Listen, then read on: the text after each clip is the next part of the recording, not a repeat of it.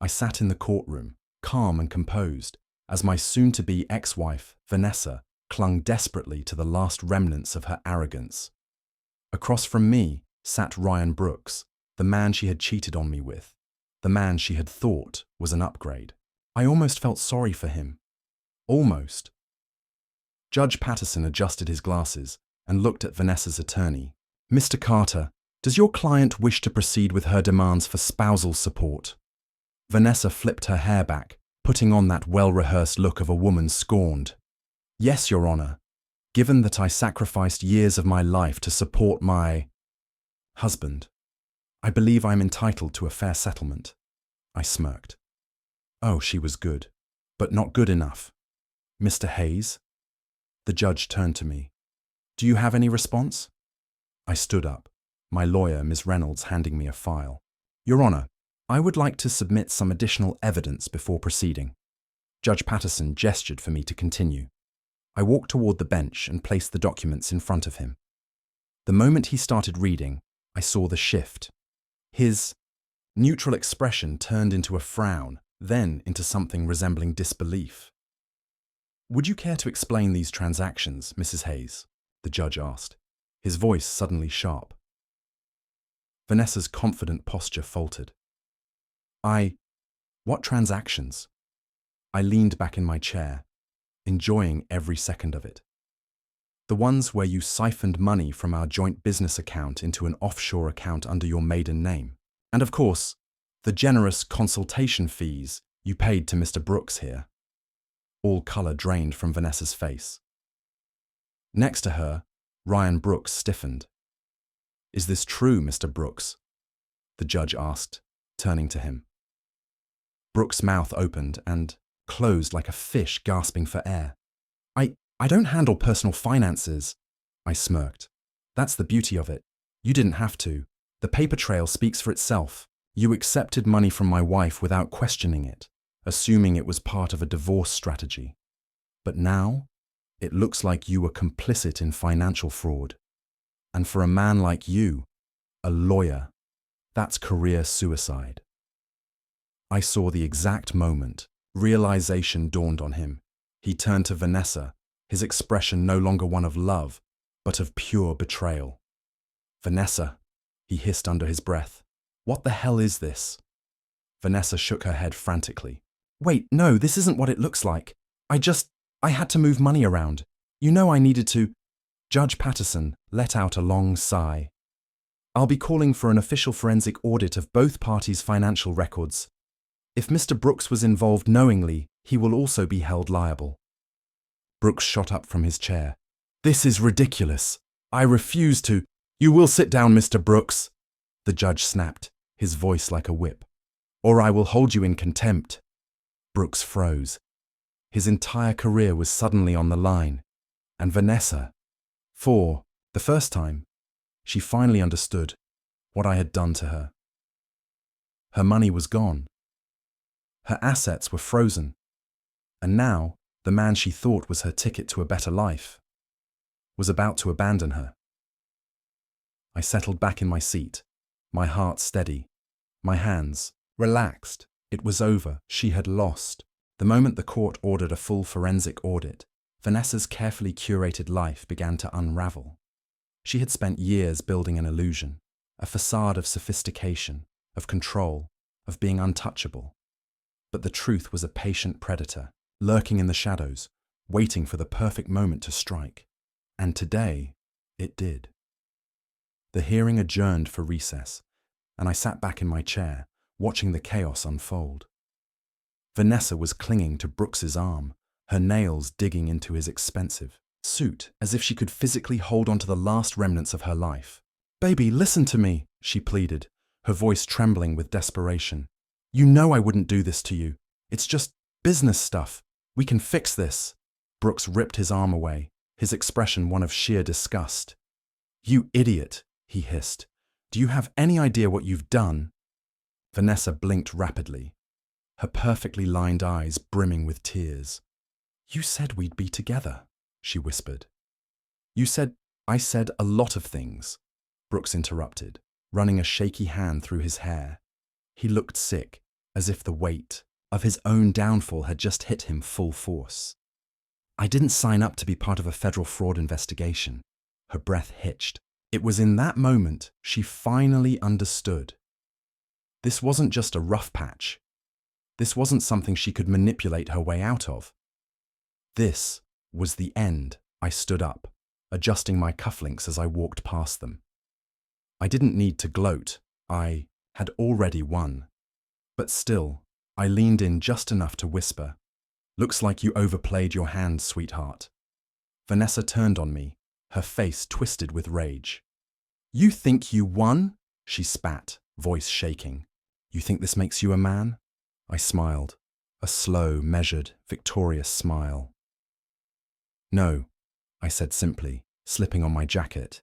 "I think this makes me free." And with that, I walked away, leaving her behind in the wreckage she had created.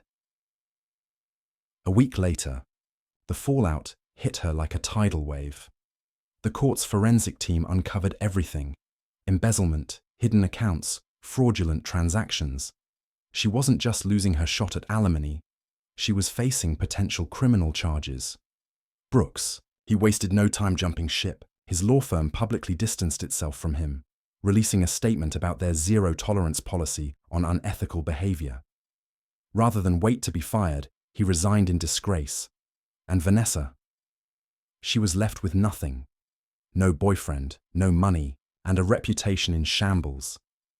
But even as her life crumbled, I knew she hadn't hit rock bottom yet. That moment was still coming. And when it did, I wanted a front row seat. The tension in the courtroom was palpable as I sat across from Vanessa and her so-called knight in shining armor, Robert.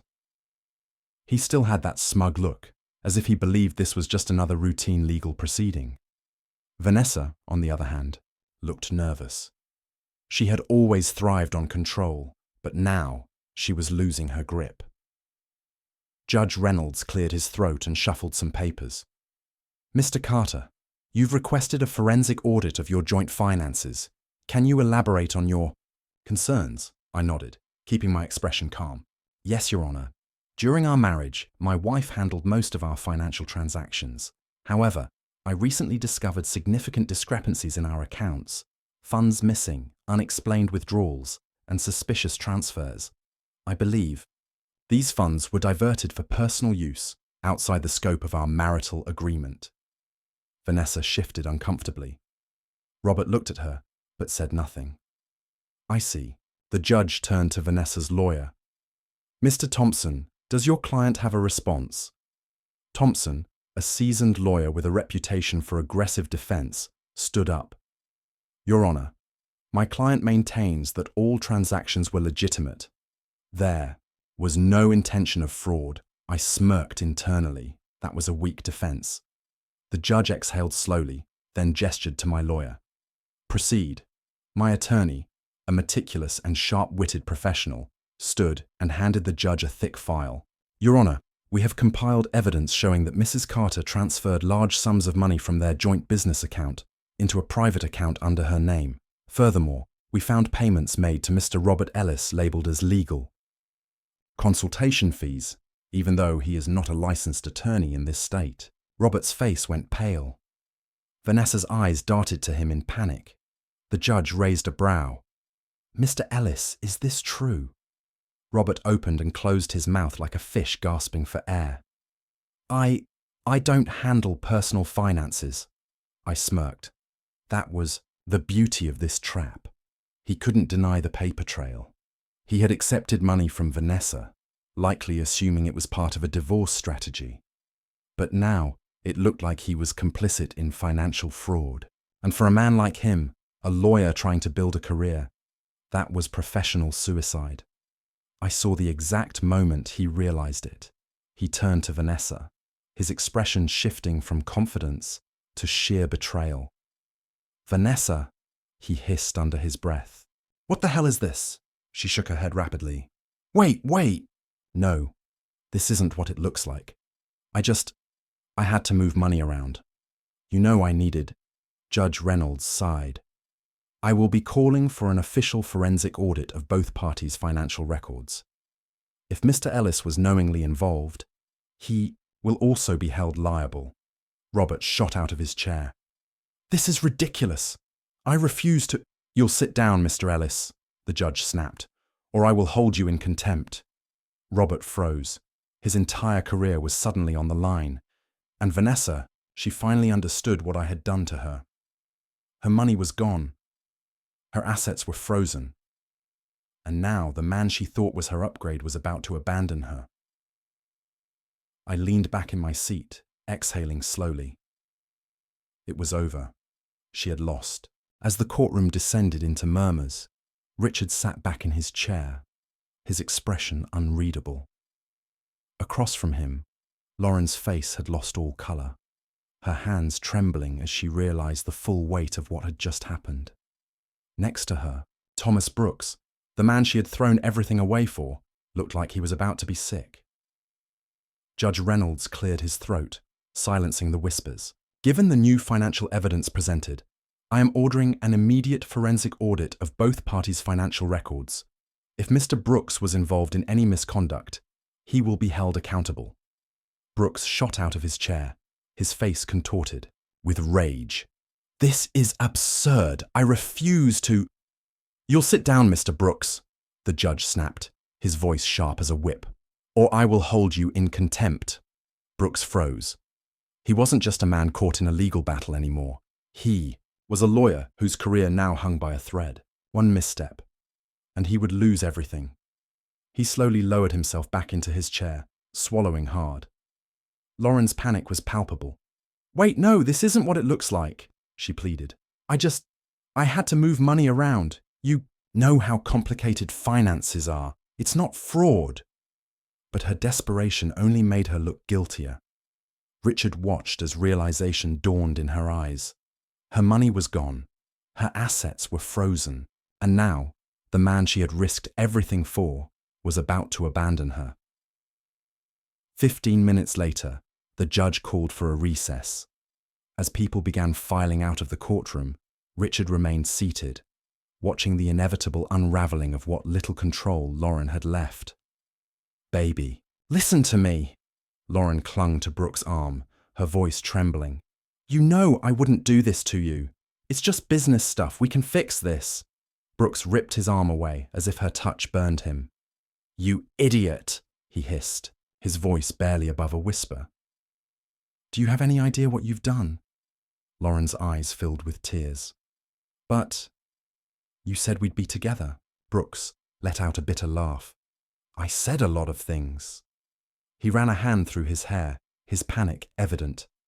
I didn't sign up to be part of a fraud investigation. Richard took that as his cue to leave. As he walked past them, he leaned, in just enough to whisper. Looks like you overplayed your hand, sweetheart. Lauren spun to face him, eyes blazing.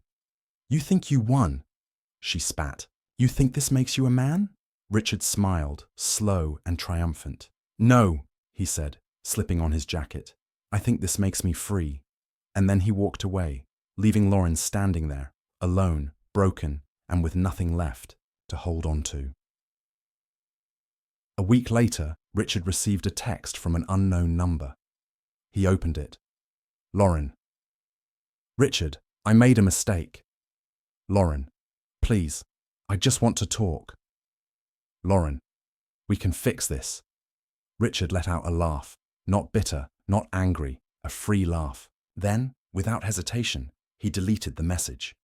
He didn't need to respond. He had already said everything he needed to say. The next few weeks were a whirlwind of destruction for Vanessa. The financial audit revealed the full extent of her fraud, and soon she was facing not only civil but also potential criminal charges.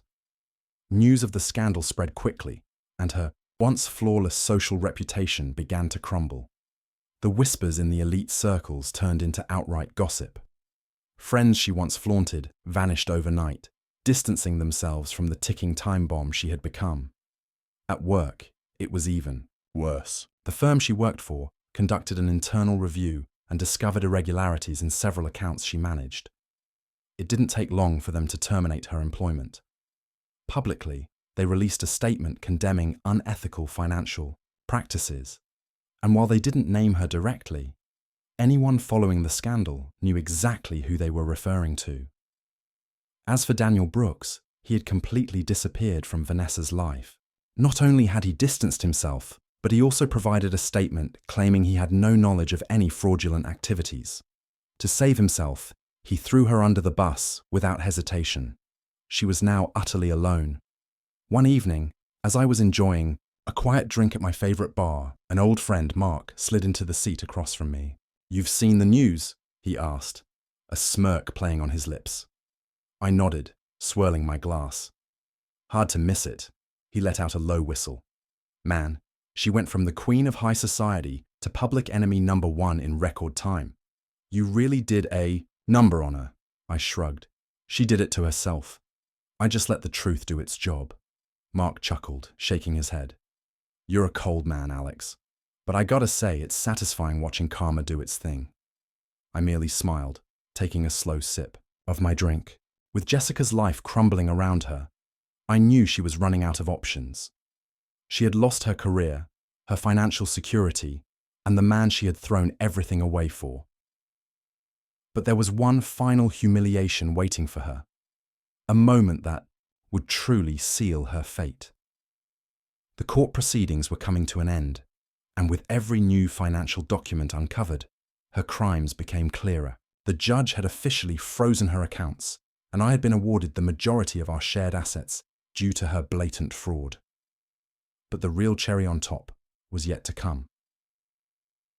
2 weeks after our last court date, I received an invitation to a corporate gala, an event attended by some of the biggest players in our industry. It was hosted by none other than my new business partners, the same investors Jessica had once tried to impress while she was still my wife. Back then, she had paraded around, acting like she owned the room, believing herself untouchable. But tonight, she wouldn't be walking in with power. She'd be walking in as a cautionary tale. I arrived at the event, dressed in a tailored suit, confidence exuding from every step I took. People I had known for years greeted me warmly, offering congratulations on my recent success. The word had spread. Jessica's downfall had become industry gossip, and while some pitied her, most saw it for what it was: karma. Then, as if on cue, Jessica entered. She looked stunning, as always, but there was a desperation in her eyes. She wasn't here as a guest. She was here as an outsider, hoping to cling on to whatever fragments of influence she had left. She moved through the crowd, attempting to spark conversations, but the reactions were lukewarm at best. No one wanted to be associated with a woman whose name was now synonymous with scandal and deceit. I watched as she approached an old colleague of mine, one of the investors she had once tried to manipulate. She put on her best fake smile and extended her hand. "Mr. Caldwell, it's been too long. How have you been?" He barely glanced at her before responding, "Jessica, I heard about your situation. Tough break." She forced a laugh. "Oh, you know how things go. Just a little misunderstanding. I'm working on some new projects, actually." "Ah, yes, I'm sure," he interrupted, his tone dismissive. "Unfortunately, we're only working with individuals who have impeccable reputations." Jessica's face twitched, her mask slipping for a brief moment. She tried to recover, but it was clear. She was being blacklisted. One by one, the people she had once walked over were turning their backs on her. Then, as she turned, her eyes met mine. For the first time since this all began, she looked truly afraid. Not angry, not vengeful, just lost. I could see the thoughts racing through her mind. She had no safety net, no backup plan, and the man she had betrayed was the one person who had the power to end her misery. She hesitated for a moment before finally making her way toward me. "Ethan," she said softly. I took a sip of my drink, letting the silence stretch between us. I just wanted to say I'm sorry.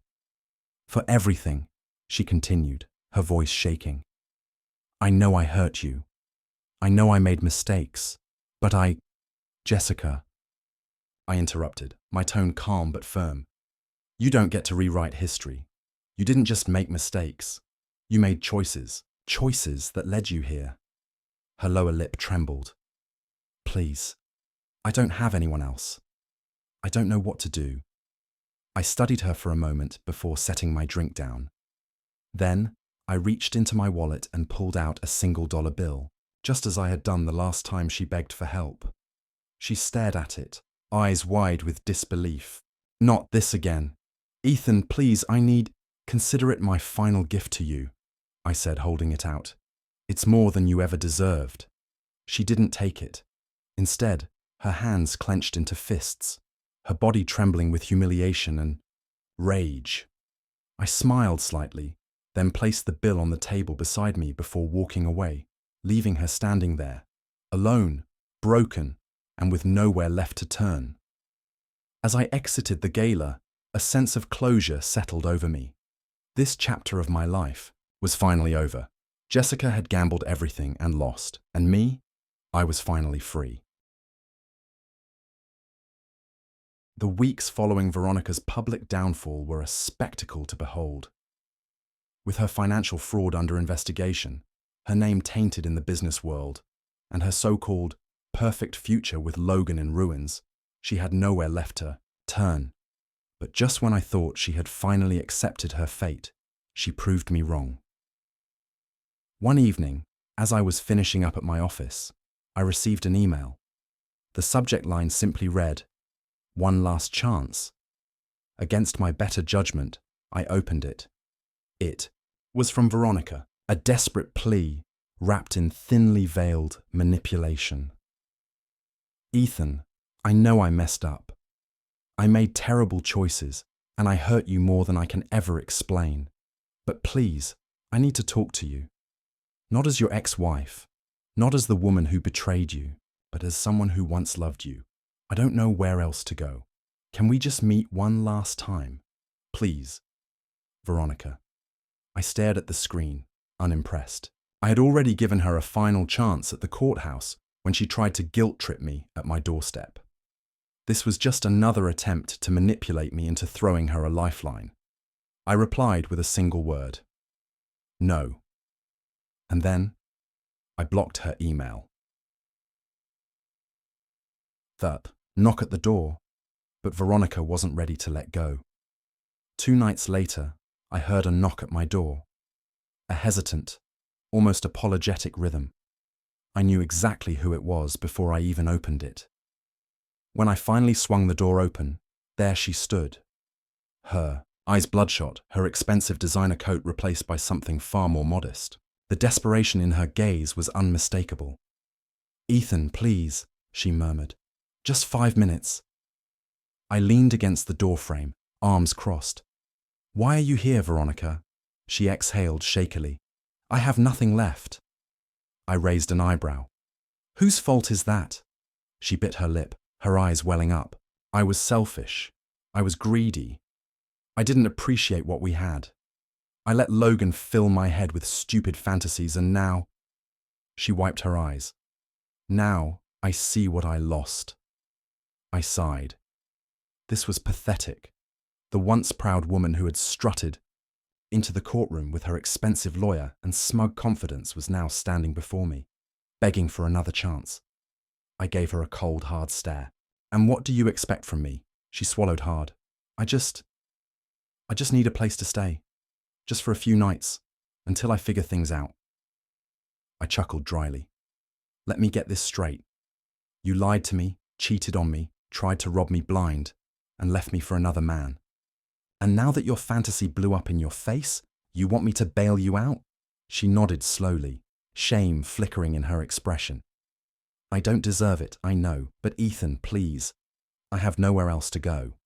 I reached into my pocket, pulled out my wallet, and took out a $1 bill. I held it out to her. She blinked at it. "What the hell is this?" I smiled. "Consider it my last act of generosity." Her face twisted with humiliation and fury. "You son of a..." I shut the door in her face. The final chapter, that was the last time I ever saw Veronica Hayes. Her downfall continued over the next few months. With no money and no powerful connections left, She faded from the high society she once thrived in. Last I heard, she had moved out of state, working a basic job to survive. No more luxury, no more status, just a taste of what it meant to be truly alone. And as for me, I thrived. I expanded my business, traveled to places I'd always wanted to see, and eventually met someone who truly valued me. I rebuilt myself from the wreckage she left behind, and in the end, I won, not just in court, but in life. Veronica's greatest mistake was believing that I would always be the same man. She betrayed, she was wrong, I was free. A month had passed since the final confrontation with Vanessa. Life had never felt this peaceful. I was no longer shackled by the bitterness of betrayal, nor was I haunted by the what-ifs. Instead, I had reclaimed my sense of self, rediscovering a life that was wholly mine. The last piece of Vanessa's downfall had unfolded publicly. The audit had been damning, exposing her financial fraud in excruciating detail. Charges were formally filed, and while she wasn't immediately arrested, the legal proceedings ensured she was financially and socially ruined. I had seen an article about her online. Her once flawless reputation in shambles, her face no longer gracing the high society circles she once thrived in. As for Brooks, he had disappeared from the legal scene entirely. No firm wanted to touch him, and word had it, he moved out of state to escape the disgrace. Poetic justice at its finest. One evening, as I sat on my balcony with a glass of whiskey, looking over the city skyline, my phone buzzed. Another unknown number. I didn't even need to check, I already knew. Curiosity got the better of me, and I opened the message. I know I don't deserve anything from you, but I just wanted to say, I'm sorry. For everything. I don't expect forgiveness, but I had to say it. Take care. I stared at the message for a moment, then simply deleted it. No bitterness, no satisfaction, just peace. I took a deep breath, letting the cool night air fill my lungs. The past was where it belonged. Behind me. And for the first time in years, I was truly free.